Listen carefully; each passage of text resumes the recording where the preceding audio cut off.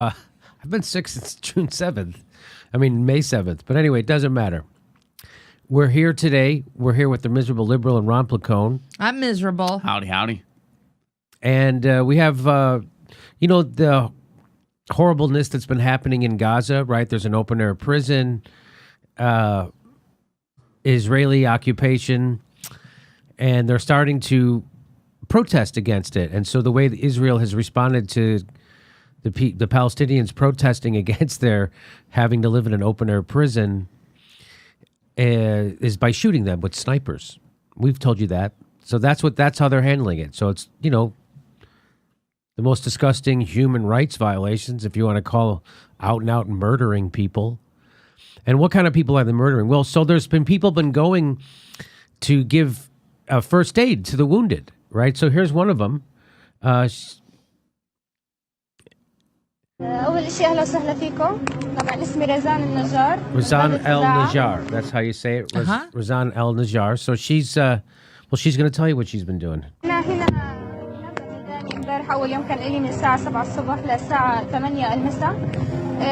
كانت مهمتي إسعاف المصابين داخل الحدود الشرقية لبلدة خزاعة. تم التعامل من قبلي مع 70 إصابة مطاطي وفي القدم. الحمد لله تم إسعافهم وإيصالهم إلى الطواقم الطبية. So there she is. She's giving first aid to people being shot by rubber bullets, by real bullets, by other things, by Israeli soldiers during the protests. And she says she's been working from 7 a.m. to 8 p.m. every night.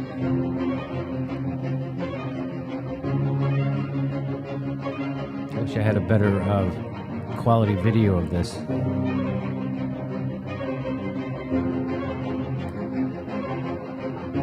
So what happened to her? Well, so she sounds like a pretty decent person. And you see what she's doing there. She has her white coat on and she has her hands up. So here's another picture of her with her hands up as she's going over to assist someone who's been injured. So she's a medic, got the white coat on, got her hands up, white gloves. And what did they do? They shot her in the chest and killed her. She had her hands up, white coat. And how did the New York Times cover it? A woman dedicated to saving lives loses hers in Gaza. She lost her life. No, she was murdered. So if a Palestinian would have shot a Israeli soldier in the chest and he had his hands up, the headline in the New York Times would not be "Soldier loses his life on the Gaza border." It would be "Terrorists kill soldier, murder soldier in cold blood." That would have been your headline. Sniper shoots nurse. Yeah, how about sniper shoots nurse? How about Israeli sniper shoots nurse? How about Israeli sniper? Well, how about this? So this is from George Galloway. He says, the war crime committed against Razan Najjar has gone virtually unremarked among our political class and its hireling lickspittle media. Yet on my Twitter alone, more than 1 million people in not 36 hours have engaged with it. The mainstream media is a doomed, hollowed out shell. This is the future. So, I mean, if there's anybody, like I about a year ago, maybe a year and a half ago, I went on a famous person's podcast who's a very nice gentleman, well-meaning and very funny.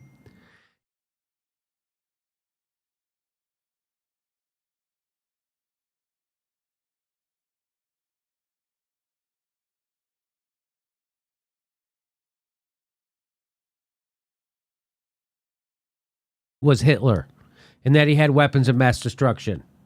You would have thought that. You would have also thought that Assad is a butcher that we have to go topple to save his own people from him.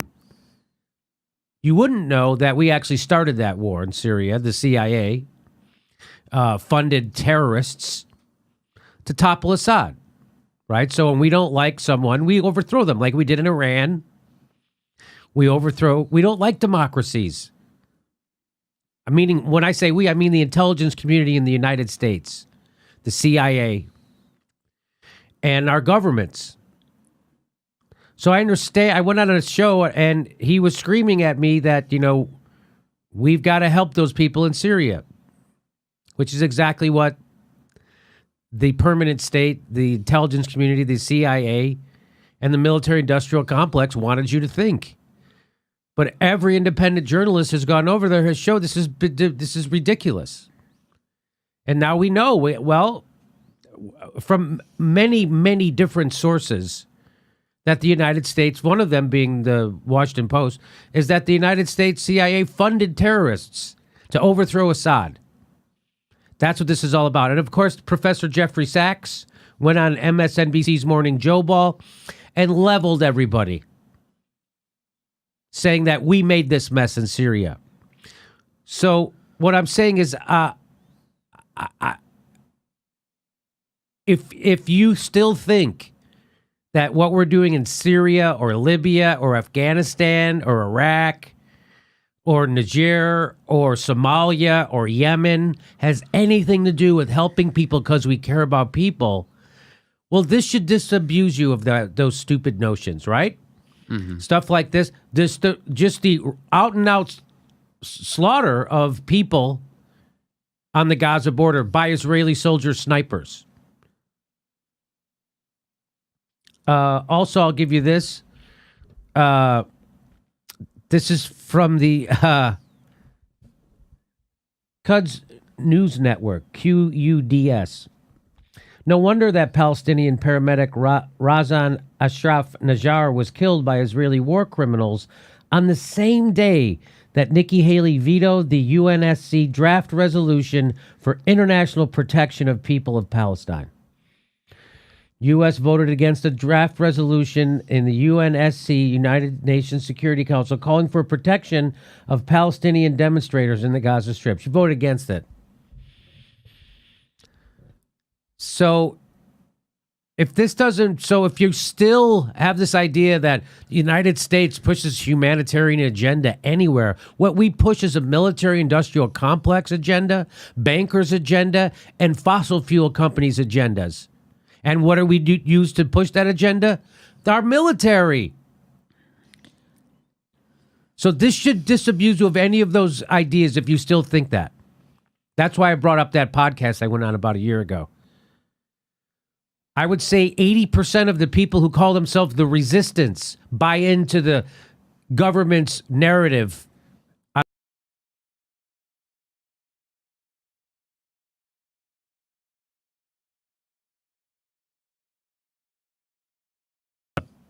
Israeli war crimes 2018. Killing journalists, killing medics, journalists. Look at this. Killing disabled people. I want to add to this, Jimmy, is according to the Geneva Convention, it's Article 24, medical personnel exclusively engaged in the search for or the collection, transport, or treatment of the wounded or sick, or in the prevention of disease, staff exclusively engaged in the administration of medical units and establishments shall be respected and protected in all circumstances. Yeah, okay, that's... Again, that's for the losers of wars. They have to abide by the Geneva Convention. The winners don't have to abide by the Geneva Conventions. The losers do. So we're the winners, and we never have to abide by them. Right now, the United States is helping Saudi Arabia commit a war crime, commit siege warfare, which is a war crime in Yemen. So, of course, none of this stuff really gets reported in the United States like it should. And also, here's one more thing you should know. A new bill in the Israeli Knesset criminalizes journalists. This is what's happening. Remember this? Oh, Trump is the worst because he's coming after journalists. They still say that. Even after everybody knows that Barack Obama used the Espionage Act and to silence whistleblowers. He did that. He did that to Chelsea Manning. They tortured Chelsea Manning. What did Chelsea Manning? Chelsea Manning is this generation's Daniel Ellsberg. With the Pentagon Papers. Look what they're doing to Edward Snowden. Look what they're trying to do to Julian Assange right now. Name one thing Julian Assange has ever printed that's false. So again, I hope all this, that's why this show exists, because the establishment news sucks so hard and won't ever tell you the truth about that. People pretending to care about human rights, people pretending to care about journalism. That's got to be 80% of hashtag the resistance. Well, what does it say about the state of journalism? You know, getting into this conflict and other conflicts, what does it say about the state of journalism where not only the people are we not listening to, but the people we try to discredit first are the people who were actually there. Yep. The people that go into these zones, like the Eva Bartlett's, Yes. the Abby Martins, Juan Cole, the people that were actually there. Robert Fisk. Award-winning journalists.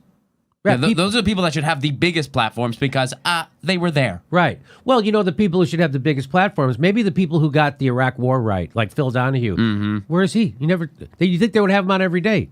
But what they do have on is the people who got the war wrong every day. How about that's everyone on TV? Because if you got the war right, you got fired. Jesse Ventura, fired. Phil Donahue, fired. You want to even cover a guy who's progressive, you're fired. Ed Schultz. Ashley Banfield, also. This is Amnesty International's Israeli plan to illegally demolish and forcibly transfer the Palestinian Bedouin village of Khan al-Hamar, east of Jerusalem, amounts to a war crime, says Amnesty International. I mean, how many more reports do we have to hear of people condemning what Israel's doing? And, you know, a lot of people say, hey, man, it's really complicated, and it depends on what time. It's not complicated when you're committing war crimes. That's not complicated.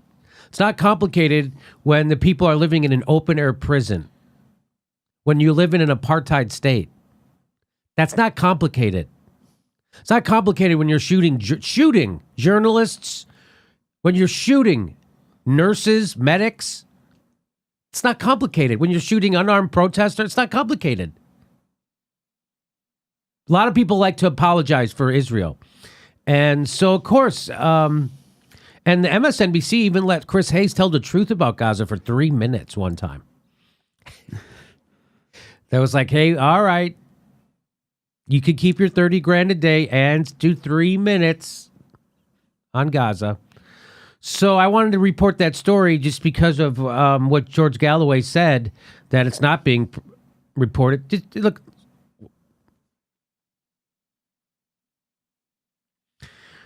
what a beautiful humanitarian that was just killed in cold blood. Hands up, going over to give medical care to someone, and they shoot her right in the chest.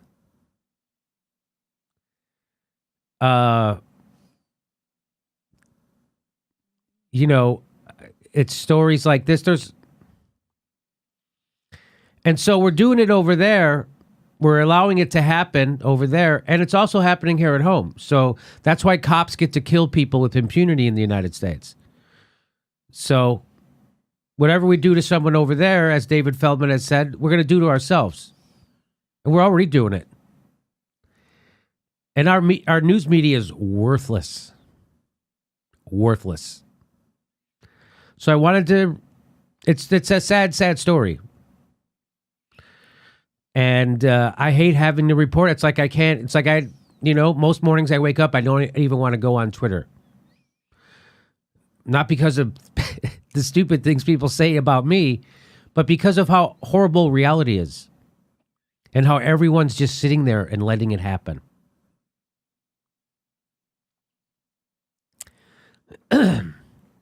So there you go. Anything else? Yeah, of course, Steph. They don't have to. Israel's not following the Geneva Conventions. Of course not. And these conventions were begun because especially this one, because the Nazis, right. They were saying, okay, the Nazis would do this type of behavior in Europe. Yeah. And so we don't want to do that behavior. No, and now look what they're doing. It's kind of ironic. But of course, they'll tell you Putin. You got to make sure Putin. But here is Trump sticking by Netanyahu, who's committing atrocities and war crimes left and right. But Putin, it almost makes me think their hatred of Putin is, I don't know, like a political game. It almost makes me think that. Hashtag the resistance. Head up their fucking ass. On purpose. You don't think Rachel Maddow knows better? They all know better. You think Lawrence O'Donnell knows better? You don't think Anderson Cooper, former CIA and a member of the Vanderbilt family. Boy, if there's anybody who's going to be a muckraker. Well, so I would say the corporate media at this point, and especially when it comes to anything international, they're not just worthless.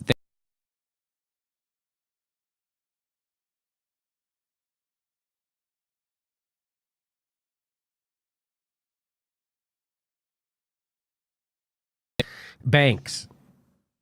And those are the people they're supposed to be exposing. And how they're not. They're funded by them. I guess that's why we get to that's why the truth seems so obvious to us and we tell it so freely, because we don't get money from those people. We get money from you who can't stand that kind of news. That's why you come here. So, okay.